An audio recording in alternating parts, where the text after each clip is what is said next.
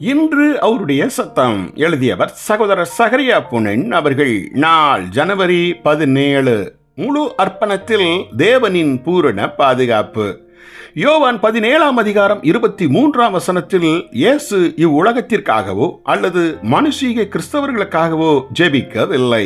மாறாக எல்லாவற்றையும் வெறுத்துவிட்டு அவரை பின்பற்றிய 11 சீசர்களுக்காகவே ஜெபித்தார். இவர்களே இம்மண்ணுலக மக்களும் மாம்சீக கிறிஸ்தவர்களும் கண்டுகொள்ள முடியாத பிதாவின் அன்பின் பாதுகாப்பை தங்கள் வாழ்வில் மெய்யாய் கண்டவர்கள். இன்று ஏன் அநேக கிறிஸ்தவர்கள் மாம்சீக கிறிஸ்தவர்களாய் இருக்கின்றனர்?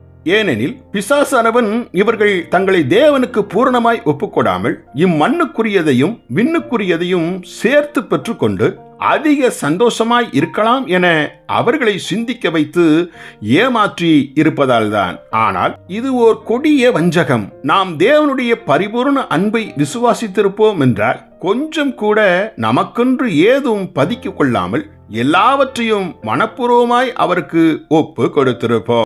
அப்படி செய்திருந்தால் பிலிப்பியர் 4ஆம் அதிகாரம் 6-7வது வசனத்தில் வேதம் சொல்லுகிறது போல எல்லா பதட்டமான கவலைகளிலிருந்தும் நாம் பரிபூரணமாய் விடுதலை ஆகியிருப்போம். ஆனால் மாம்சீக கிறிஸ்தவர்களோ எங்கே இந்த படகு நடுவில் புயலை நிமித்தம் கவிழ்ந்து விடுமோ என்று எப்போதும் சந்தேகித்து சஞ்சலத்துடன் இருப்பார்கள். பிதாவின் பூரண அன்பில் பாதுகாப்பாய் இருந்த இயேசுவால் புயலின் ஊடையும் ஆழ்ந்து நித்திரையாய் இளைப்பாற முடிந்தது.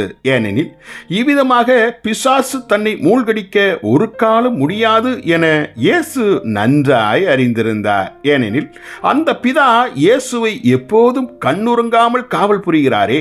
இவ்விதமாக இயேசுவை நேசித்து காத்து கொண்டது போல பிதா நம்மையும் நேசித்து காக்கிறார் என்பதை நாம் அறிந்து கொண்டோம் என்றால் இவ்வாழ்க்கையின் மகத்துவம் தான் என்னே. ஜெபிப்போமா. எங்களின் அன்பு தகப்பனே, எங்களை முழுமையாய் உம்மிடம் அர்ப்பணிக்காமல் உமது பூரண பாதுகாப்பு இல்லை என்பதை உணர்ந்து இன்றே எங்களை முழுவதும் அர்ப்பணிக்கிறோம். இயேசுவின் நாமத்தில் ஜெபம் கேளும். ஆமேன்.